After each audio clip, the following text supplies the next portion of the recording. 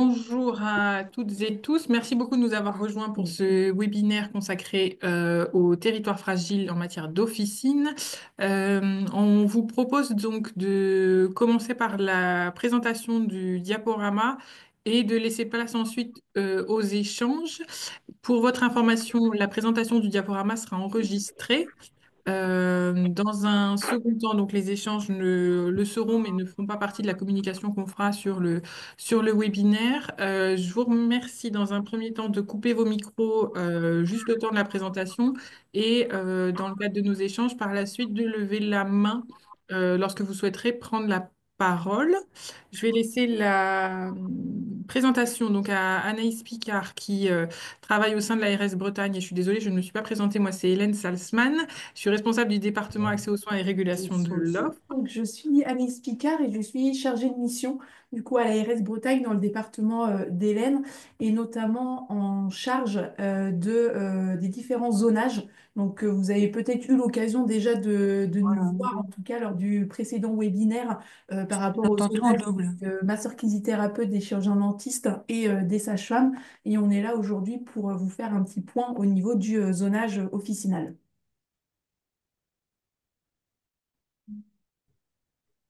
Hop.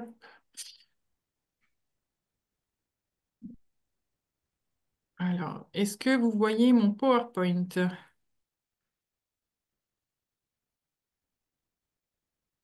Oui. Merci beaucoup pour le Beaucoup retour. pour le retour. Oui. Oui, c'est bon pour moi. Merci. Donc, comme disait Madame Salzman, l'objectif aujourd'hui, c'est surtout de vous présenter un petit peu le résultat de notre cartographie, en tout cas bretonne, de vous faire un point en tout cas sur la démographie des pharmaciens en Bretagne. On n'aura pas forcément des données précises par département, mais déjà d'avoir une vision globale de la Bretagne par rapport à la France. Et après, de rentrer un petit peu dans le vif du sujet, notamment sur la détermination des territoires fragiles qu'on a travaillé avec les représentants de la profession, vous faire part de la méthodologie qui a été mise en place. Donc, on est sur une méthodologie qui est nationale avec des critères un petit peu après qu'on peut choisir au niveau région. Mais on va vous présenter en tout cas les points positifs de ce zonage officinal et en tout cas les freins qu'on a pu constater que les représentants de la profession nous ont remontés. Et une dernière partie sur les contrats incitatifs qui sont du coup versés par l'assurance maladie et qui font l'objet d'un avenant à la convention nationale entre l'assurance maladie et les représentants de la profession au niveau national. Au niveau de la démographie, donc il faut savoir qu'aujourd'hui, du coup en Bretagne, donc là on est sur des données de 2023, donc on pourra actualiser ces chiffres pour 2024. Donc on dénombre 993 officines dans la région Bretagne. Et quand on regarde un petit peu d'un point de vue de la densité, on voit qu'on est tout de même proche, voire très proche de la densité française, puisque on a 29 officines pour 100 000 habitants contre 30 en France métropolitaine. Donc vous pouvez le voir notamment aussi sur la petite cartographie sur votre droite, où on voit en tout cas que c'est une cartographie qui représente la densité d'officines. Et on voit que en Bretagne et également la plupart des régions, en tout cas de France, ont une densité qui est proche de la densité française. Hormis, on le voit au niveau de la Bretagne tout de même, qu'il y a le département d'Ille-et-Vilaine qui a une densité qui est un petit peu plus faible par rapport à nos trois autres départements bretons.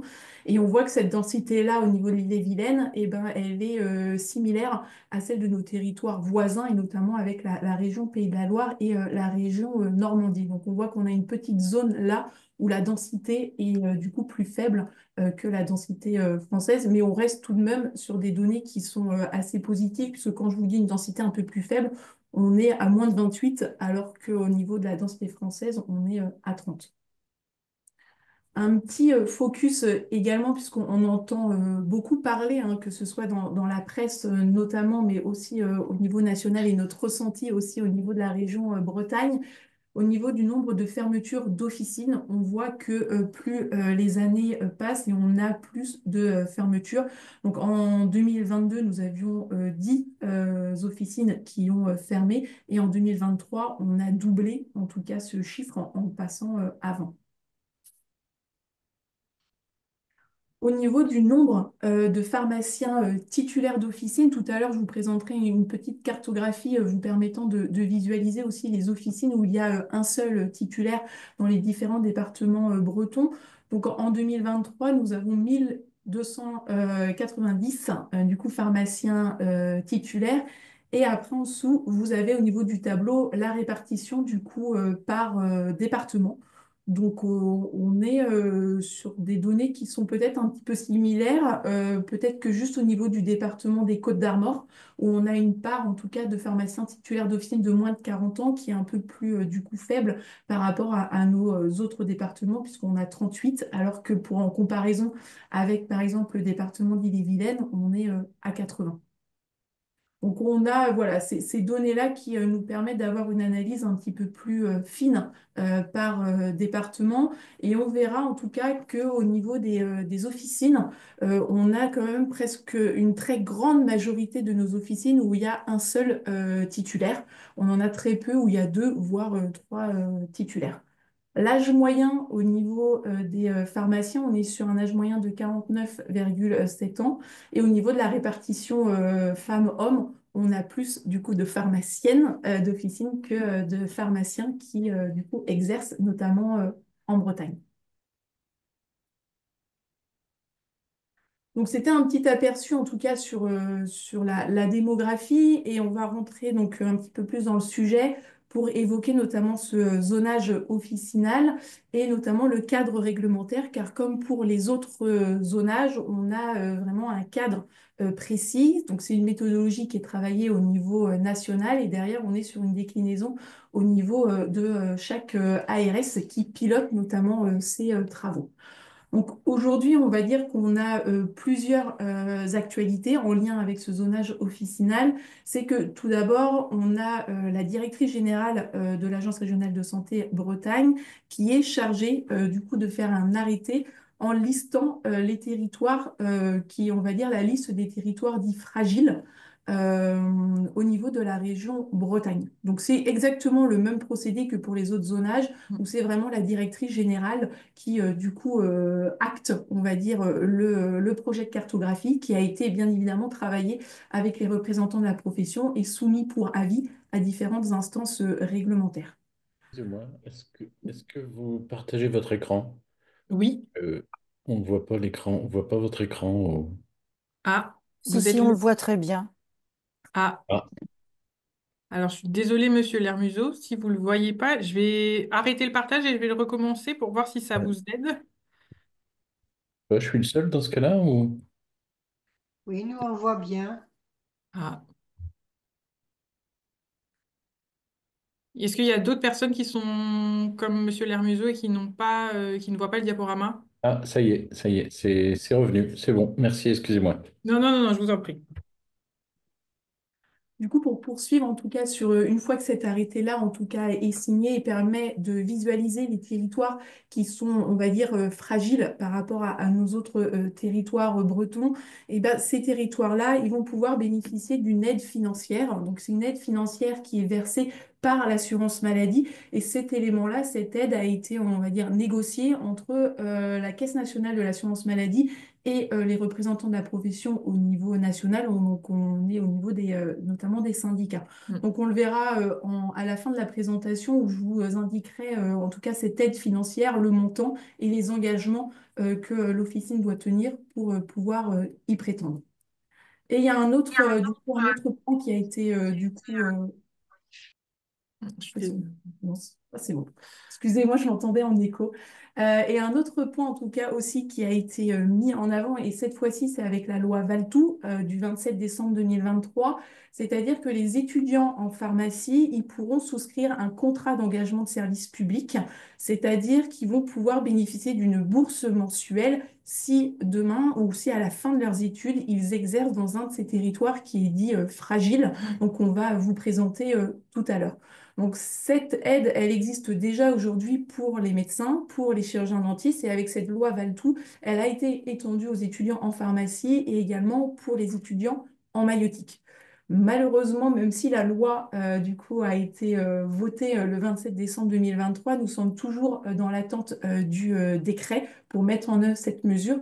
Donc une fois que ce décret sera publié, derrière on travaillera également avec les représentants de la profession, que ce soit au niveau de l'URPS pharmacien, de l'ordre, également des syndicats, mais également au niveau du doyen, où on travaillera pour voir comment on peut communiquer sur cette nouvelle aide que peuvent prétendre les étudiants en pharmacie. Donc on espère en tout cas que ce décret soit publié rapidement pour qu'on puisse le mettre en œuvre, en tout cas pour la rentrée prochaine. Pour poursuivre sur ce cadre réglementaire de façon assez rapide, pour vous montrer en tout cas un petit peu les différentes étapes, c'est qu'il y a eu un arrêté du 5 juillet 2024 qui a été publié, qui en fait porte approbation de l'avenant numéro 1 à la Convention nationale au niveau de l'assurance maladie, donc fait état notamment de cette aide financière qui est relative au zonage officinal, mais pas que, puisque dans cet avenant, c'est pas spécifique au territoire dit fragile. Il y a eu un certain nombre d'actions, de missions qui ont été du coup validées et qui du coup peuvent être mises en œuvre, mais c'est cet aspect-là en tout cas au niveau du zonage officine. Puis derrière, on a eu l'apparition assez du coup rapide du décret de l'arrêté du 7 juillet 2024 qui nous présente en tout cas la méthodologie nationale qui a été retenue, qui nous explique également au niveau de notre population bretonne combien on peut mettre de, on va dire, d'habitants en zone, on va dire, fragile. Et derrière, il y a eu l'instruction qui a été publiée nous précisant vraiment le cadre réglementaire, c'est-à-dire qu'une fois que la cartographie elle est élaborée en interne avec les représentants de la profession, derrière, elle doit être soumise à un certain nombre d'instances réglementaires pour recueillir leur avis. Donc, les CTS. Et un petit récap sur le calendrier de concertation, ce que vous allez peut-être me dire que le décret a été publié en juillet, on se retrouve que maintenant, fin janvier, pour vous présenter les résultats, c'est-à-dire que comme vous pouvez le voir, hein, l'arrêté et le décret ont été publiés pendant l'été, et nous, en interne, on a travaillé avec notre département statistique de septembre à octobre sur les données pour justement proposer un certain nombre de scénarios aux représentants de la profession. Puis on a réuni du coup notre GTR en novembre et on a fait une deuxième réunion en décembre avec du coup les membres de l'URPS pharmacien, le Conseil régional de l'Ordre des pharmaciens, les représentants des syndicats au niveau de la FSPF et également au niveau de l'USPO.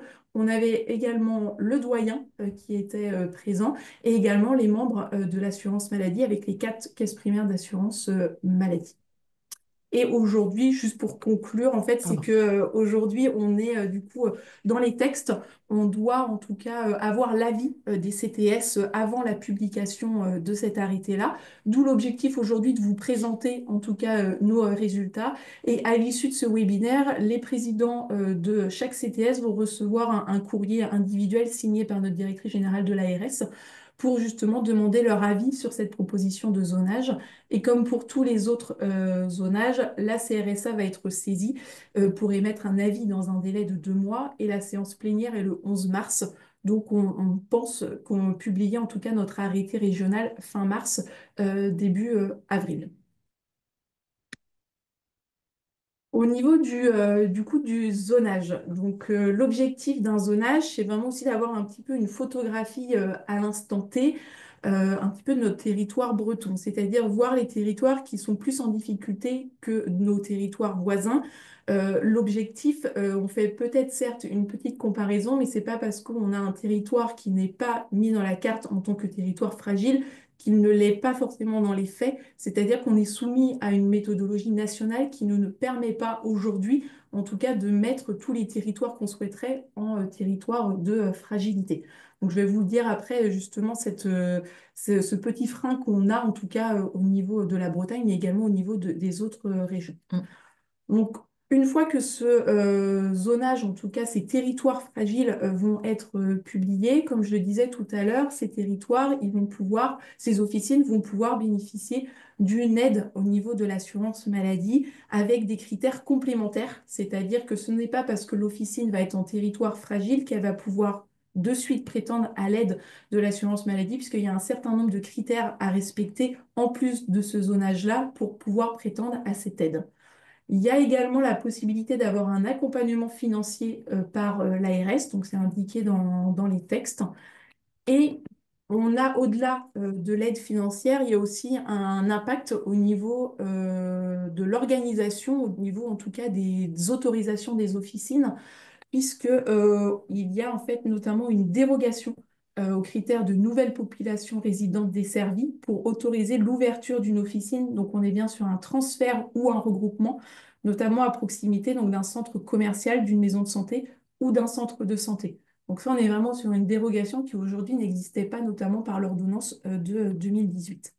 Et on a une deuxième dérogation qui s'applique notamment pour ces territoires-là, c'est-à-dire que pour autoriser l'ouverture d'une officine par transfert ou regroupement, c'est-à-dire qu'il faut qu'on ait à minima une commune qui ait au moins 2000 habitants. Aujourd'hui, le seuil était 2500 habitants, mais aujourd'hui, si une commune a moins, en tout cas à 2000 habitants, on pourra en tout cas accepter cette dérogation au niveau de l'agence, à condition que cette officine soit dans les territoires fragiles.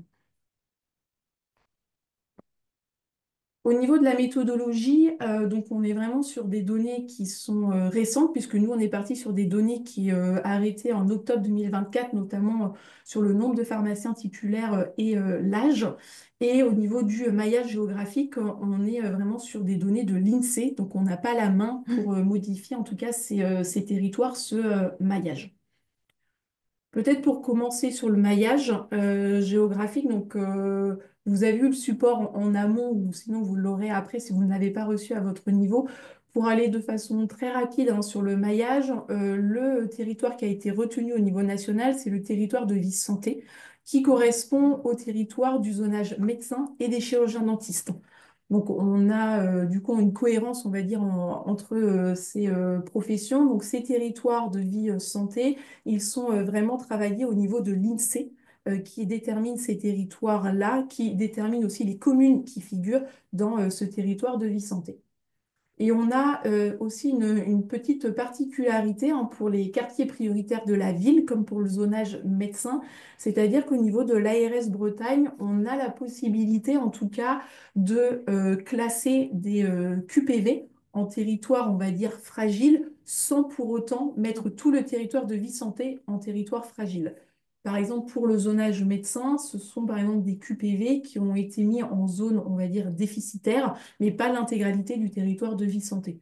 Donc vous verrez après que pour le zonage médecin, on a pu utiliser cette marge de manœuvre au niveau de l'agence, mais pour ce zonage-là, on n'a pas réussi notamment à faire justement intégrer certains QPV puisqu'on dépassait notre seuil populationnel. Au niveau, C'est passé très vite. Ouais. au niveau du seuil régional, donc là sans forcément rentrer dans le détail, mais c'est un seuil qui a été du coup travaillé au niveau national où chaque région du coup a un seuil qui lui est attribué en fonction de deux critères. On a pris en compte la densité d'officines sur le territoire et le temps d'accès à une officine. Par exemple, si un habitant doit effectuer un trajet qui est supérieur à 15 minutes pour se rendre dans une officine, et si ce territoire-là, ça concerne plus de 20% de la population, eh ben, on considère que là, il y a une fragilité, en tout cas, pour ce territoire-là. Donc, en prenant en compte cet aspect de densité et cet aspect de temps d'accès à une officine, derrière, il y a au niveau de la base de données qui a mouliné au niveau national et qui a déterminé un seuil pour chaque région. C'est-à-dire que ce seuil-là, on ne peut pas aller au-delà. Donc, pour la région Bretagne, c'est-à-dire que dans nos territoires fragiles, on doit déterminer en tout cas 6% de la population régionale. C'est-à-dire qu'on ne peut pas mettre plus de 202 000, ou on va arrondir à 203 000 habitants en zone fragile. Puisque si nous dépassons ce seuil-là, on peut être, du coup, on ne respecte pas déjà le décret du 7 juillet 2024 et on peut aussi avoir derrière des recours, puisque du coup, on ne respecte pas ce seuil qui a été défini. Donc, ce seuil, il varie en fonction des régions, puisqu'on est pour certaines régions qui ont un seuil de 2%. Et ça peut monter jusqu'à 18% pour certaines régions françaises. Donc nous, au niveau de la Bretagne, le seuil qui a été déterminé, c'est 6%. Donc pour vous donner un ordre d'idée, ça fait quand même peu, en tout cas déjà, sans vous parler des travaux, ça fait peu de territoires qui seront du coup dans ces territoires fragiles. Au niveau des critères, donc on a 4 critères qui ont été travaillés au niveau national et qui nous sont en tout cas proposés dans le décret. C'est-à-dire que pour déterminer nos zones fragiles, on peut choisir l'un de ces 4 critères. On peut choisir un critère, on peut choisir 2 critères, 3 critères, ou on peut choisir les 4 critères. Donc je vais vous présenter après sur chaque critère comment ça se déroule. Mais c'est important sur cette slide-là de voir qu'on n'a pas forcément une marge de manœuvre qui est importante dans chaque région, puisqu'on est obligé d'utiliser à minima au moins un de ces 4 critères et on ne peut pas rajouter des critères en plus de cette liste-là, puisque comme je disais, un peu comme pour le seuil populationnel, on ne respecterait pas en tout cas le cadre du décret. Donc on est soumis en tout cas à cette méthodologie qui a ses avantages et ses inconvénients. Au niveau du premier critère, ce que je vous propose, c'est que de vous présenter en tout cas critère par critère pour vous faire part un peu de notre fil conducteur, de nos échanges avec les représentants de la profession, pour voir aussi, pour vous montrer aujourd'hui aussi les blocages et les freins qu'on a pu rencontrer dans la mise en œuvre de cette cartographie. Le premier critère qui a été retenu au niveau national, c'est notamment le classement du territoire en zone sous-dense. Donc, ça fait référence en fait au zonage médecin. Donc, si on prend le zonage médecin, donc, qui a été en Bretagne arrêté au 13 décembre 2023, vous voyez en tout cas qu'en rouge, on a nos zones d'intervention prioritaires qui représentent aujourd'hui 12,45% de notre population régionale. Donc, si on souhaitait prendre en compte uniquement ce critère-là, et prendre de fait ces zones déficitaires, on dépasserait largement notre seuil régional de 6%.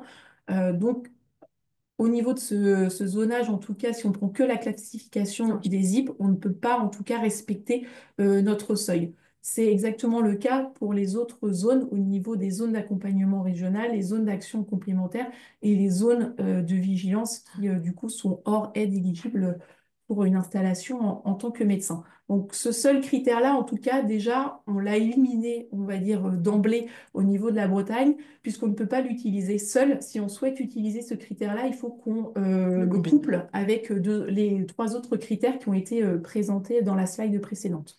Et pour compléter, les zones d'intervention prioritaire, c'est les zones pour lesquelles, enfin, dans lesquelles la densité médicale est la plus complexe.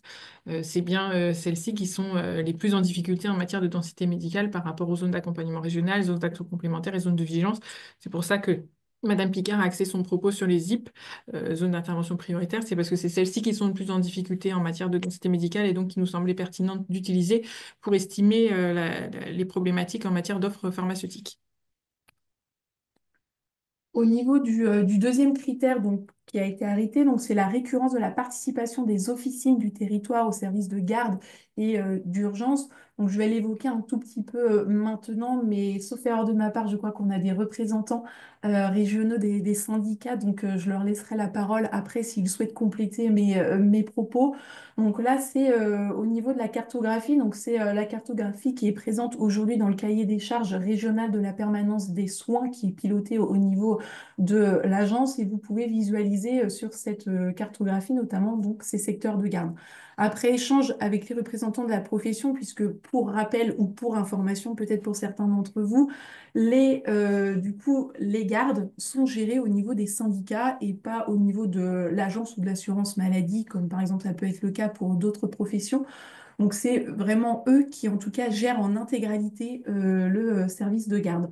Après échange et discussion au moment de notre GTR du 14 novembre dernier, on n'a pas forcément retenu ce critère-là qui est du coup on jugeait que c'était pas forcément un critère à utiliser seul qui était pertinent pour déterminer la fragilité d'un territoire. On peut le prendre en compte, mais là aussi, il faut le coupler avec d'autres critères, soit des critères nationaux qui sont présentés dans le décret, ou alors des critères régionaux, mais là, on n'a pas la main et on pourrait ne pas, on pourrait, non, on ne respecterait pas justement le cadre national.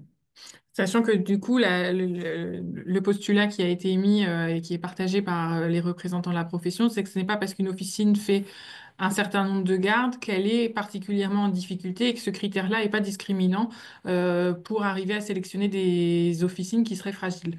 Donc on a choisi de ne pas l'utiliser en cohérence avec les représentants de la profession. Au niveau du troisième critère, donc là, on est vraiment, donc je vais insister sur le nom, en tout cas, on est sur le nombre d'officines exploitées par un seul pharmacien titulaire. Et comme vous pouvez le voir tout à l'heure, je vous indiquais qu'on avait 900, que je reprenne, 993 officines en 2023. Et là, on voit que sur ce seul critère-là, on a 706 officines qui sont exploitées par un seul pharmacien titulaire, ce qui représente 72% pardon, de nos officines bretonnes. Donc, en utilisant que ce critère-là, on dépasse largement, voire beaucoup, notre seuil, ça correspond à 97% de notre population bretonne. Donc, sur la cartographie que vous visualisez du coup sur votre droite, c'est le zonage médecin, donc avec les différentes catégories qu'on vous a présentées tout à l'heure, et les bulles représentent où se trouvent ces officines où il y a un seul pharmacien titulaire. Donc, on constate notamment avec cette cartographie qui est beaucoup plus parlante que des chiffres, que ça concerne tout de même une très grande majorité de notre territoire breton. On a souhaité, avec ce critère 3, le coupler avec donc, le zonage médecin. Et si on prend uniquement les zones qui sont le plus déficitaires, donc les zones d'intervention prioritaires, eh ben, on constate pardon, que ça concerne 23 territoires de vie santé où on atteint un seuil, en tout cas populationnel, de 371 516 habitants. Donc là aussi, en utilisant uniquement, on va dire, le critère 3 et le critère 1, on n'arrive toujours pas à respecter, ou en tout cas à rentrer dans ce seuil de 6%. Le dernier critère, donc là, on est sur le nombre d'officines exploitées par un seul pharmacien titulaire, mais cette fois-ci âgé de plus de 65 ans. Donc là, vous voyez les petites bulles rouges qui sont de plus en plus importantes, c'est-à-dire que c'est là où il y a le plus de pharmaciens titulaires qui sont âgés de plus de 65 ans. Et on constate en fait à travers cette cartographie que ces pharmaciens titulaires, ils exercent, pas pour tous, hein, mais dans les grandes agglomérations, notamment du côté de Brest, du côté de Rennes.